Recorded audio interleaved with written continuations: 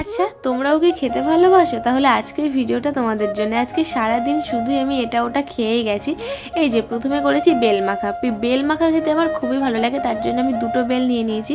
আর এই প্রথম বেলটা না একটু কাঁচা কাঁচা ছিল, পরের বেলটা পাকাই ছিল, মানে আমি বুঝতে পারিনি যে বেলটা একটু কাঁচা, তাহলে দুদিন পরেই মাখা করতাম। আর দেখো বেলটা ভালো করে মেখেও নিয়েছি। আর বেল খেতে না আমার খুবই ভালো লাগে, মানে এত টেস্টি লাগে কি বলবো। আর বেল মাখাটা দেখো তোমরা বুঝতেই পারছো কতটা টেস্টি হয়েছিল। আর তারপরে করেছিলাম চিকেন চাও। চাও করার জন্য আমাদের প্রথমে যেটা করতে হবে সেটা হচ্ছে, প্রথমে আমি চাউটা সেদ্ধ করে নিয়েছি, আর তারপরে ফ্রিজ থেকে চিকেনটা বার করে আমি ধুয়ে টুয়ে নিয়েছি ভালো করে। আর আমি মাংস রান্না করতে যা যা ব্যবহার করি এখানেও মশলা হিসেবে সেটাই ব্যবহার করেছিলাম।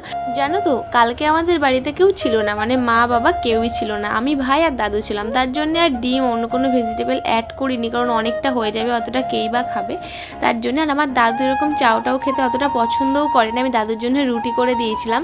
তো তার জন্য আর আমি অন্য কোনো ভেজিটেবল অ্যাড করলাম না। আর আমার কড়াইটাকে না একটু ইগনোর করো, আমার মা বাড়িতে নেই, তো আমি মাটির উনুনে রান্না করতে গিয়ে কড়াইটাকে এরকমভাবে পুড়িয়ে ফেলেছি। মা বাড়ি না আসলে ওটা আর কি মেজে পরিষ্কার করতে পারবে না, আর আমি তো কড়াই মাজতে পারি না, তার জন্য কড়াইয়ের অবস্থা ওরকম হয়ে গেছে। এই দেখো তোমাদের সঙ্গে কথা বলতে বলতে আমার চাউমিন রেডি হয়ে গেছে। আর বিশ্বাস করো চাউমিনটা খেতে সত্যিই খুব টেস্টি হয়েছিল, একটু ঝাল ঝাল হয়ে গেছিলো।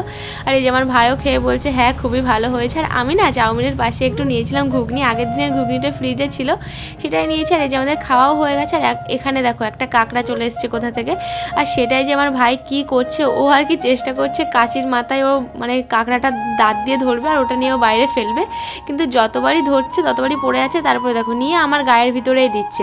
তো বললাম যে দেখ এরকম করিস না, তারপরে আমি নিয়েই বাইরে ফেলে দিলাম। তারপরে ভাই আর দাদুর জন্য করেছিলাম রুটি, আর তার সঙ্গে করে দিয়েছিলাম ডিমের পোস্ত। আজকের মতন ভিডিওটা এই পর্যন্তই, দেখা হবে অন্য কোনো ভিডিওতে।